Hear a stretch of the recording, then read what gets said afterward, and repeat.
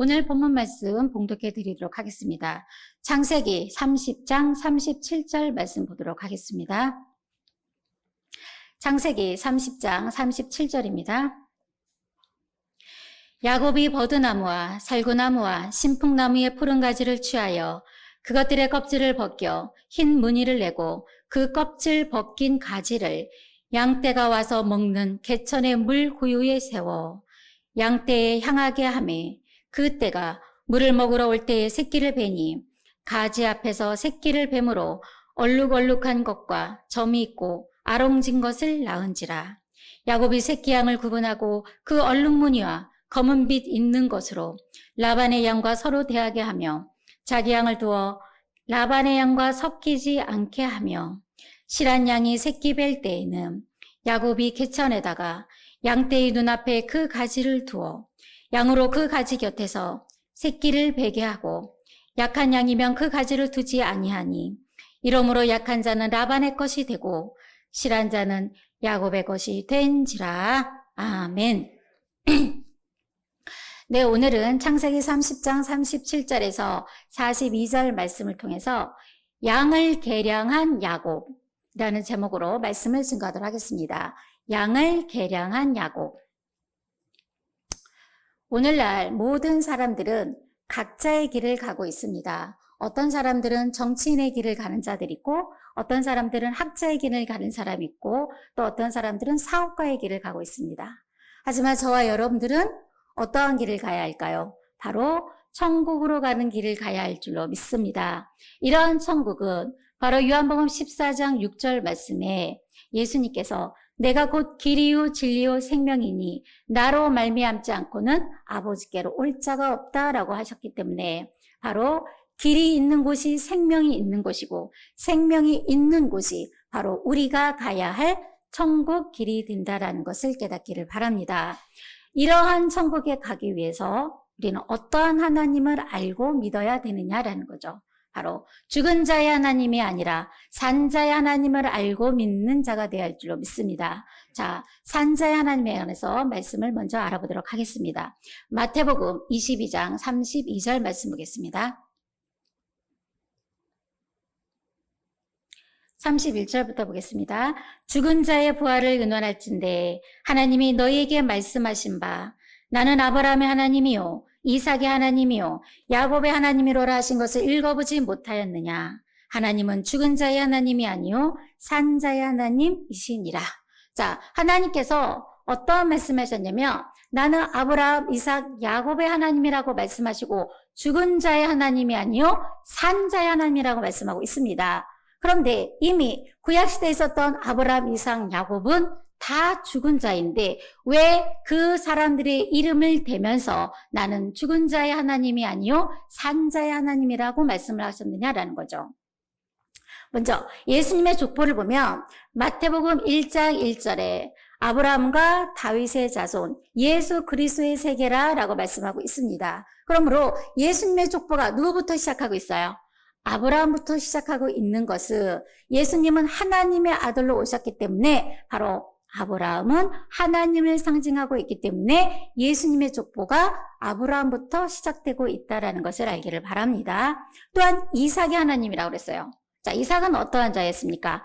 아브라함의 아들 독자로서 모리아 땅에서 산제물이 되었으나 하나님께서 살리심을 받게 했죠. 또한 우리 예수님께서도 하나님의 아들로 이 땅에 오셨으나 산제물이 되셨고 또한 부활하셨습니다. 그러므로 이삭은 예수님을 상징하고 있다는 것을 알기를 바랍니다.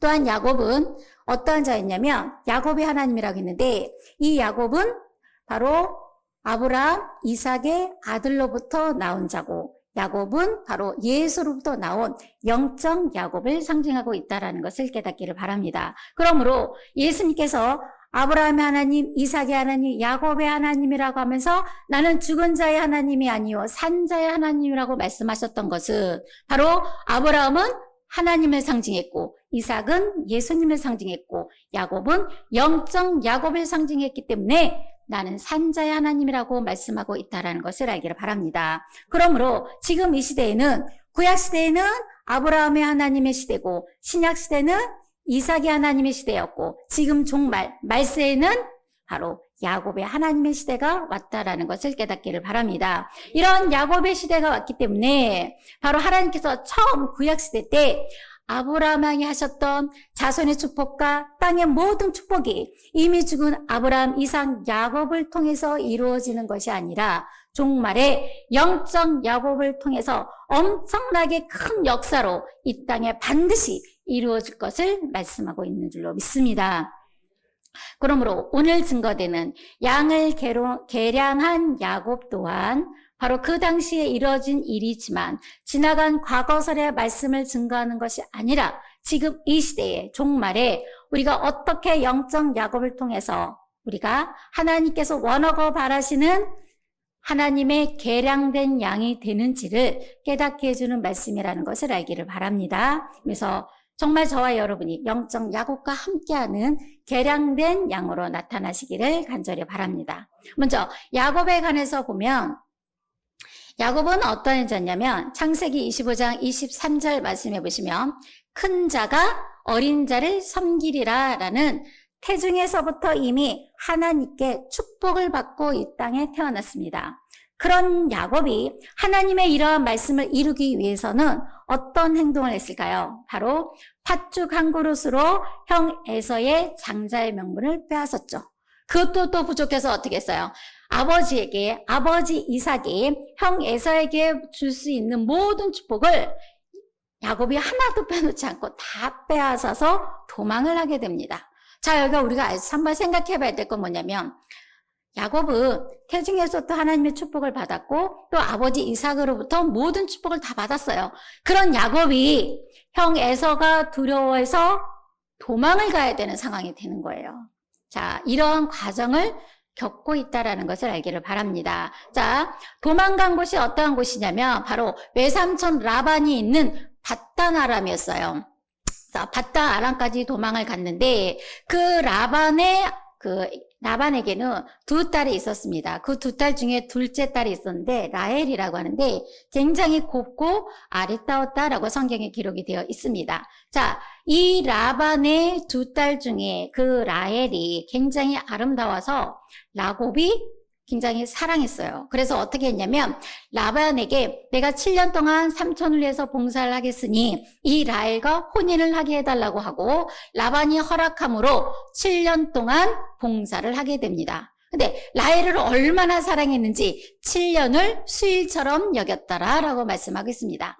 자, 드디어 7년이 끝났어요. 7년이 끝나고 나서 이제 혼인을 하게 되는데 혼인을 할 때 어떤 상황이 벌어졌냐면 구약시대에는 정말 얼굴을 보고 혼인을 하는 것이 아니라 장막에 와서 하룻밤 자면 그것이 혼인 예식이 끝난다라고 말을 합니다. 자, 그러니까 아침에 일어나 보니까 그렇게 자기가 7년 동안 하루같이 지냈던 정말 그 라헬을 사랑하는 마음으로 7년을 수일처럼 여겼는데 아침에 일어나 보니까 라헬이 아니고 누구예요? 언니 레아였던 거예요. 그러니까 야곱의 입장에서는 얼마나 황당한 일이었겠느냐라는 거죠.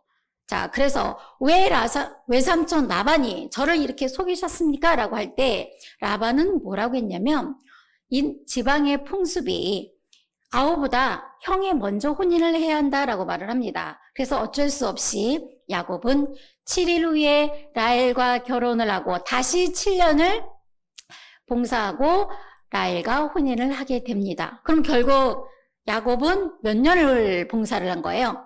라헬을 위해서 14년 동안 봉사하고 헌신을 했다라는 것을 알기를 바랍니다. 자, 이렇게 어쨌든 이런 기간 동안에 야곱은 4명의 아내를 얻고 또한 많은 자녀를 얻게 됐습니다. 그래서 이제는 고향으로 돌아가겠다고 라반에게 말을 하죠. 그때 라반이 그동안 열심히 봉사하고 열심히 양을 잘 쳐줬던 야곱이 돌아가겠다고 하니까 라반의 입장에서는 좋은 상황이 아니에요. 자, 그래서 야곱이 라반에게 무엇라 말을 했는가 보도록 하겠습니다. 창세기 30장 30절입니다. 내가 오기 전에는 외삼촌의 소유가 적더니 번성하여 때를 이루었나이다. 나의 공력을 따라 여호와께서 외삼촌에게 복을 주셨나이다. 그러나 나는 어느 때에나 내 집을 세우리이까. 자, 뭐라고 한 거예요? 그러니까 야곱이 그러니까 라반의 집에 오기 전에는 라반이 그렇게 큰 부자가 아니었던 것 같아요. 그런데 하나님께서 야곱이 열심히 봉사함으로 인해서 그 공력을 누구에게 축복하신 거예요? 라반의 집에 축복하심으로 엄청나게 많은 떼를 이루었다. 많은 짐승을 이루었다라고 말을 합니다. 그리고 나서 야곱은 또 뭐라 그래요? 그런데 나는 언제나 내 집을 세우겠습니까? 이렇게 하소연을 하는 거죠. 그러니까 라반이 그럼 내가 너한테 무엇을 해주랴? 라고 물어봅니다. 자, 다시 말씀 보시겠습니다. 창세기 30장 32절입니다.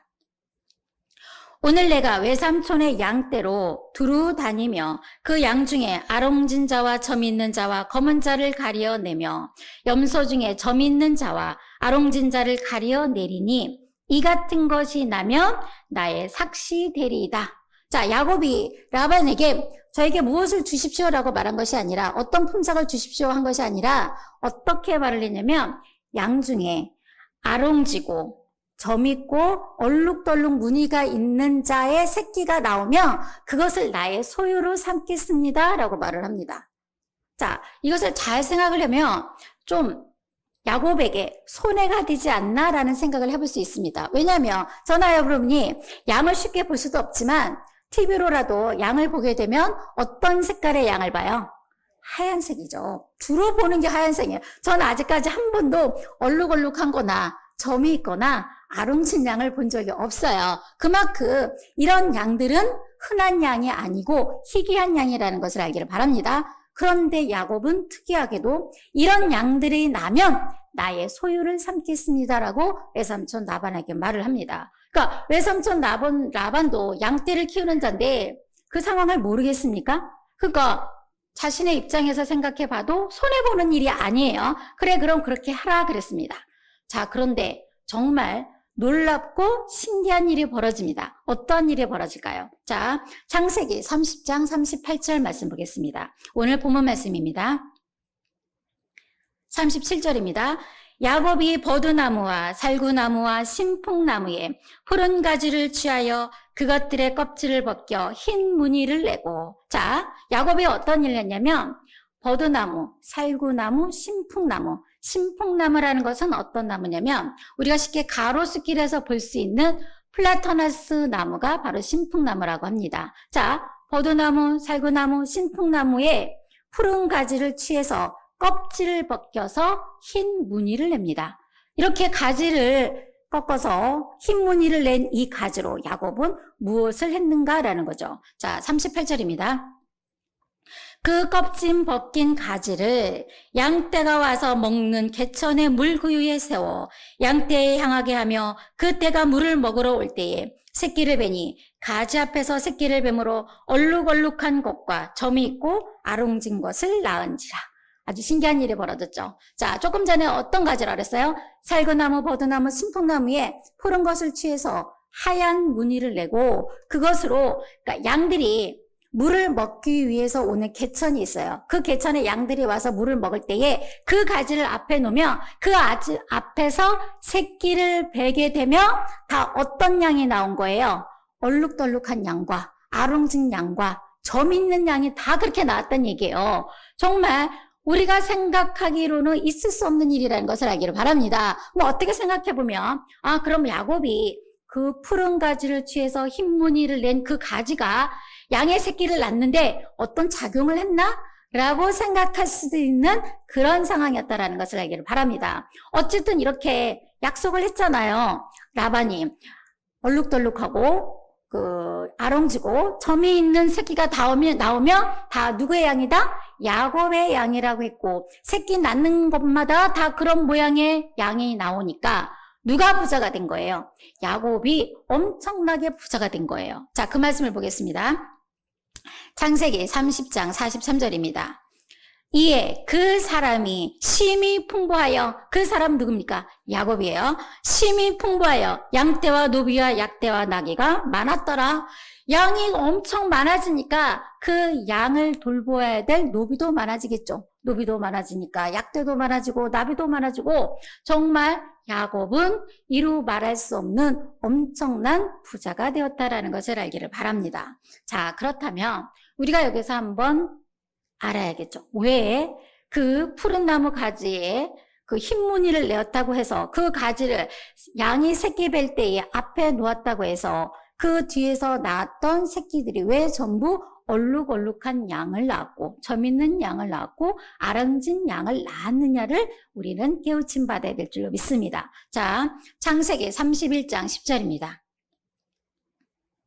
그 양떼가 새끼 뵐 때에 내가 꿈에 눈을 들어보니 양떼를 탄 수양은 다 얼룩무늬 있는 것, 점 있는 것, 아롱진 것이었더라. 자, 뭐예요? 꿈에 다 야곱은 본 거예요. 어떤 것을 보았어요?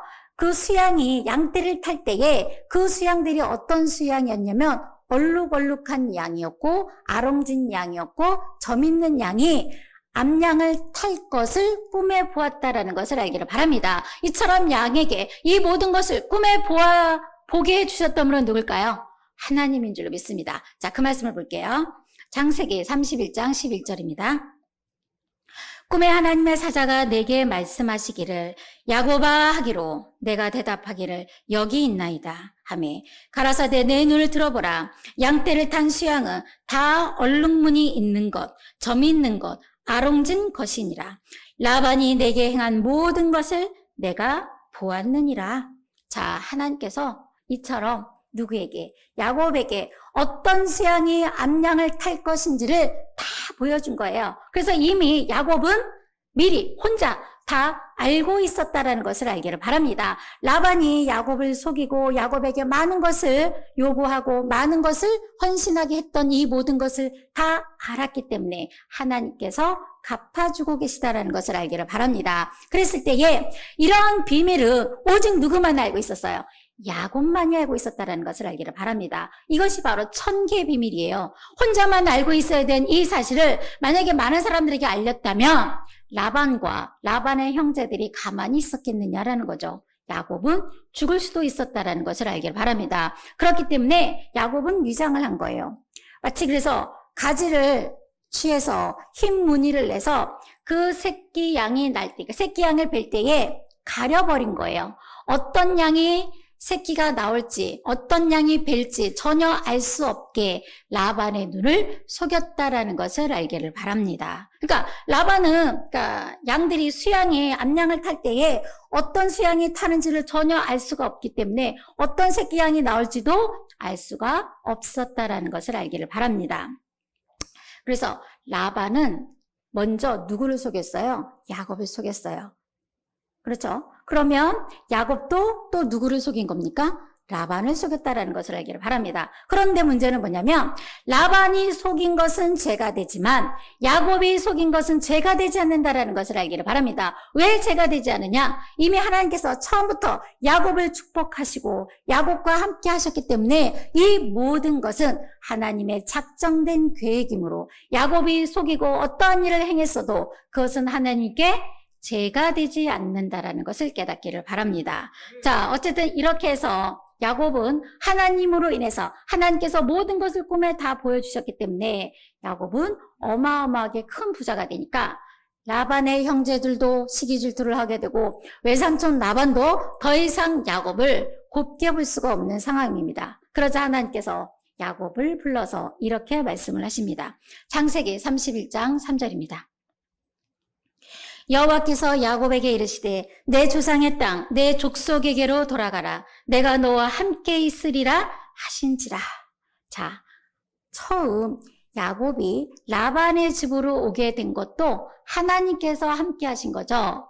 그래서 처음 그 형 에서를 피해서 도망할 때도 야곱이 얼마나 힘들게 도망을 났겠습니까? 그때 하나님께서 그 도망가는 야곱에게도 또한 축복을 하셨던 말씀이 있어요. 자, 창세기 28장 15절입니다.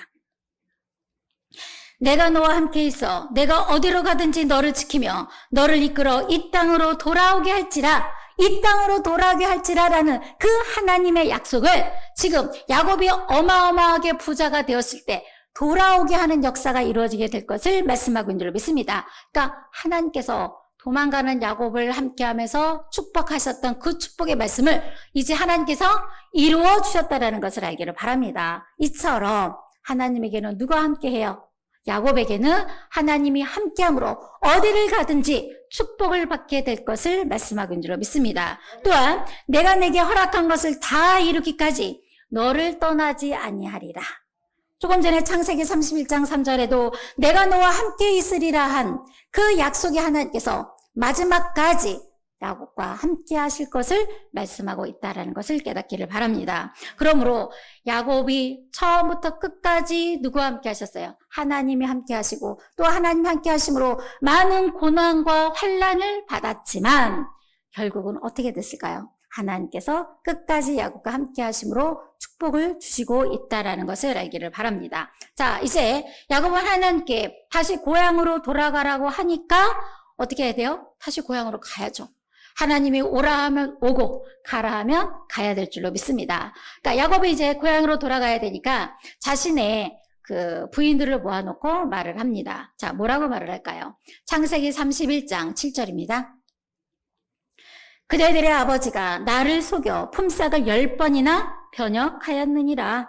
참 라반은 참 속이고 야비한 자였어요. 10번이나 변역했어요. 자신의 이득을 취하려고. 하지만 어떻게 하셨느냐. 그러나 하나님이 그를 금하사 나를 해치 못하게 하셨으며 그가 이르기를 점 있는 것이 내 삭시 되리라 하며 온 양떼에 낳은 것이 점 있는 것이요 또 얼룩무늬 있는 것이 내 삭시 되리라 하며 온 양떼에 낳은 것이 얼룩무늬 있는 것이니.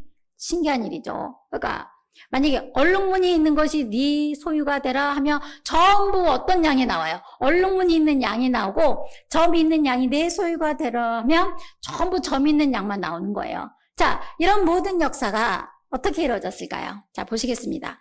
그대들의 하나님이 이같이 그대들의 아버지의 짐승을 빼앗아 내게 주셨느니라. 자, 누가 빼앗아 주신 거예요? 하나님이 빼앗아 주셨다는 것을 알기를 바랍니다.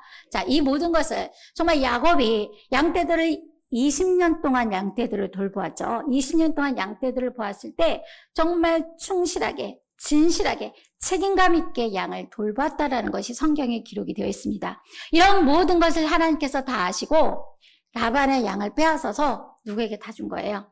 야곱에게 주셨다라는 것을 알기를 바랍니다. 자, 얼마나 충실하게 양을 돌보았는가 우리 그 말씀을 한번 보겠습니다. 창세기 31장 39절입니다.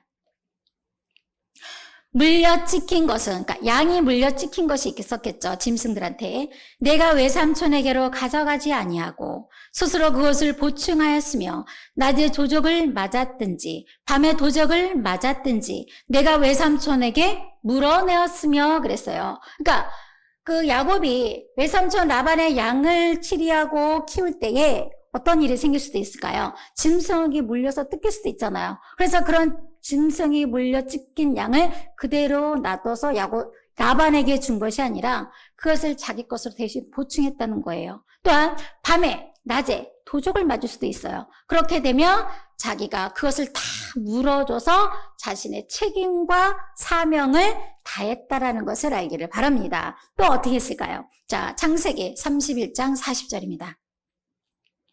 내가 이와 같이 낮에는 더위를 무릅쓰고 밤에는 추위를 당하며 눈 붙일 겨를도 없이 지내었나이다. 얼마나 힘들게 양을 치리하고 키우고 돌보았다라는 것을 알 수가 있습니다.